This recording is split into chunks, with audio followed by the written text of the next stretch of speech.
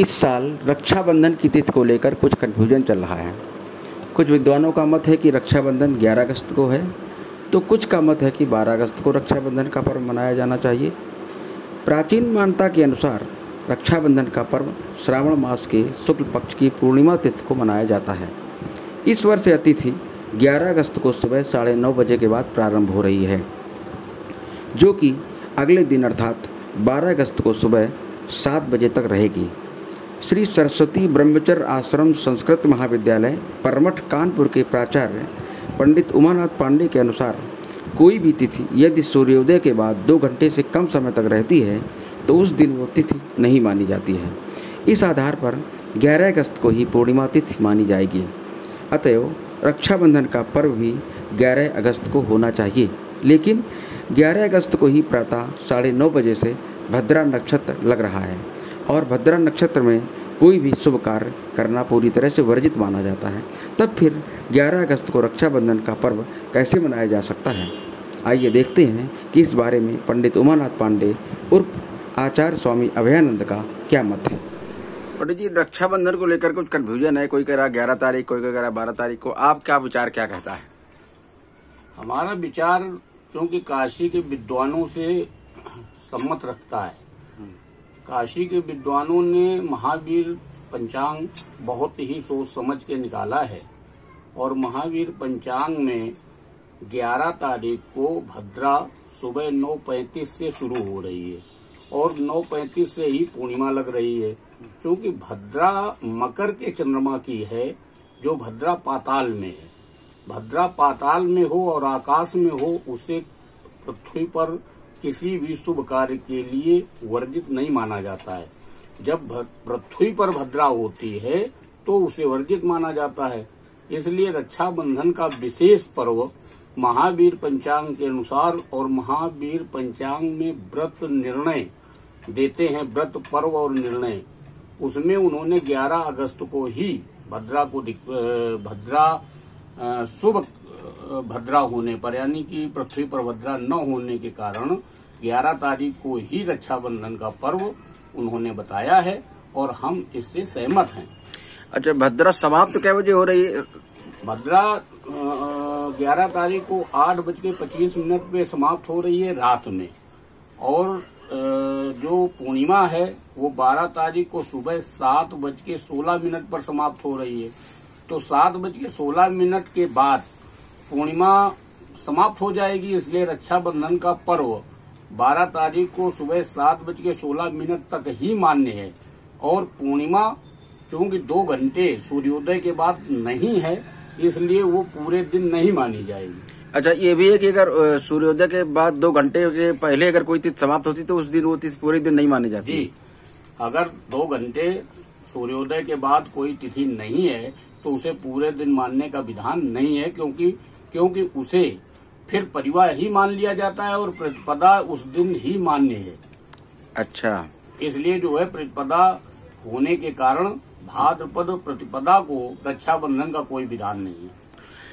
और जैसे रात को 8 बजे खत्म हो रही है, 8 साढ़े 8 बजे भद्रा खत्म हो रही है, तो क्या रात के बाद भी लोग मना सकते हैं रक्षाबंधन? नहीं, रात में 9 बजे तक 10 बजे तक भले मना लें, लेकिन रात में रक्षाबंधन का कोई अभी तक शास्त्रों में हमारे प्रमाण नहीं है कि रात में रक्षाबंधन मनाना चाहिए। रक्षाबंधन जो है दिन का पर्व है, भाई बहन का पर्व है, और बहुत ही अच्छा मुहूर्त होता है रक्षाबंधन में, जिससे आजीवन भाई अपनी बहन को रक्षा का वचन देते हैं। इसके बाद भाई बहन का जो प्रेम है उसका कोई जोड़ नहीं है और न उसकी कोई समानता कर सकता है। इसलिए उसे अच्छे और शुभ मुहूर्त में ही मनाना चाहिए। और क्योंकि जब हमारे शास्त्रों में ज्योतिष के विधान में, ज्योतिष विज्ञान में कहीं भी पृथ्वी में ही भद्रा वर्जित है और आकाश और पाताल की भद्रा वर्जित नहीं है, इसलिए उसे कतई जो है मानना, ये हमारे ज्योतिष विज्ञान का अपमान है। अच्छा, भद्रा में वर्जित क्यों है रक्षाबंधन? ऐसा कोई इसका कोई विशेष कारण है? हाँ, इसका विशेष कारण है। रक्षाबंधन मुंडन संस्कार, कर्ण वेद संस्कार, और जैसे विवाह में वर वर्णम कन्या वर्णम, ऐसे जो कार्य होते हैं या प्रथम बार कन्या को देखने का कार्य होता है, इन मंगल कार्यों में पृथ्वी पर अगर भद्रा है तो वो अमान्य है, वो वर्जित है, क्योंकि पृथ्वी पर जो भद्रा है वो अनेक प्रकार के कष्टों को जन्म देती है। अच्छा, अगर उन सब कार्यों में भी भद्रा आकाश और पाताल में है तो फिर वहाँ भी हाँ, वहाँ भी कोई जो है उसका वर्जित नहीं है, क्योंकि वो शुभ मानी जाती है। अच्छा, एक किंवदंती है, ऐसी किंवदंती है या क्या है, ऐसा सुना है कहीं पर हमने कि जो है रावण को शूर्पणखा ने भद्रा नक्षत्र में राखी बांधी थी, इसीलिए रावण का नाश हो गया था, इसलिए लोग उसको वर्जित मानते हैं। ऐसा कुछ है क्या आपके? देखिए, शास्त्रों में इसका कोई प्रमाण नहीं है जी, लेकिन रक्षा सूत्र का सही प्रमाण ये हमारे जो शास्त्रों के अनुसार देखा जाए तो महाभारत काल में श्रीमद् भागवत महापुराण में भगवान कृष्ण को अपनी रक्षा के संकल्प के विधान में, जिस समय भगवान कृष्ण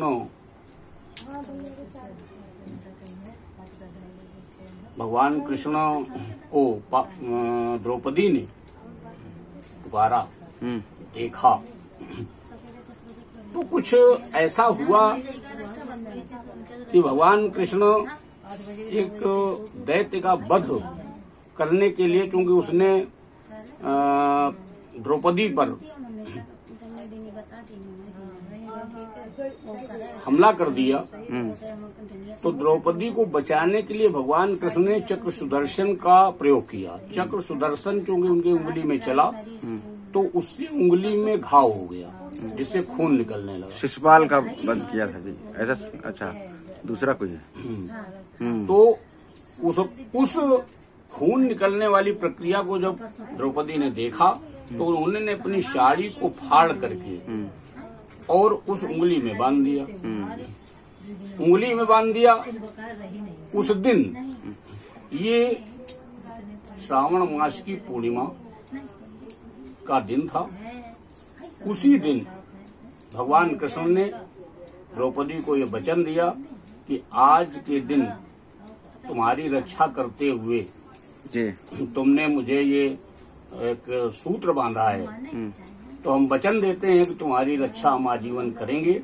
और भगवान कृष्ण ने अनेक परिस्थितियों में कहीं भी किसी भी तरह द्रौपदी की हमेशा रक्षा की और बहुत बार रक्षा की। ये मतलब इसके पीछे मूल कथा है और उसके आधार पर लोग इसको मानते हैं। यही एक कथा और है कि राजा बलि ने जब नारायण को वचनबद्ध करके नित्य दर्शन हेतु पाताल लोक ले गया और राजा बलि नित्य भगवान का दर्शन करने लगा नारायण का, तो लक्ष्मी जी विकल हुई। काफी समय बीत गया और नारायण जी स्वर्ग मतलब क्षीर सागर में नहीं थे, लक्ष्मी जी अकेले थी। उन्हें बड़ा कष्ट हुआ तो उन्होंने भगवान शिव की उपासना की कि नारायण को कैसे हम क्षीर सागर वापस लाएं। भगवान शिव प्रसन्न हुए। भगवान शिव से जब प्रश्न किया लक्ष्मी जी ने कि नारायण को राजा बलि अपने साथ तपस्या के द्वारा पाताल लोक ले गए हैं और हम अकेले यहाँ क्षीर सागर में हैं, उन्हें यहाँ क्षीर सागर में कैसे लाया जाए। तो भगवान शिव ने लक्ष्मी जी से कहा कि तुम राजा बलि को भाई बना लो। भाई कभी भी अपने बहन का अहित नहीं करता है और वो उन्हें मुक्त कर देगा। लक्ष्मी जी इसी श्रावण मास की पूर्णिमा को पाताल लोक गईं और जा करके उन्होंने राजा बलि से कहा कि हमारे कोई भाई नहीं है और हम आपको रक्षा सूत्र बांधना चाहते हैं, हम आपको रक्षा सूत्र बांध दीजिए। जैसे ही रक्षा सूत्र लक्ष्मी जी ने राजा बलि को बांधा, राजा बलि ने कहा कि मैं आपको क्या दूं, क्योंकि इसमें जो है आपको कुछ न कुछ उपहार दिया जाता है। तो लक्ष्मी जी ने कहा कि आप हमें क्या दे सकते हैं। राजा बलि ने 3 बार वचन दिया कि आप जो मांगेंगे हम देंगे। तो उन्होंने कहा कि नारायण को आपने अपने पास अपने प्रेम और भक्ति से बांध रखा है, जिससे सारा संसार विकल हो रहा है, क्योंकि संसार के पालन का कार्य भगवान विष्णु के हाथ में है। इसलिए आप उन्हें अपने यहाँ से मुक्त कर दीजिए। यही हमारा जो है उपहार होगा। राजा बलि ने अपने वचनानुसार भगवान नारायण को वहां से मुक्त कर दिया। लक्ष्मी जी उनको लेके क्षीर सागर चली गई और तो ये कथा भी मतलब इसके साथ जुड़ी हुई है। इसके साथ जुड़ी हुई। बहुत बहुत धन्यवाद पंडित जी आपका।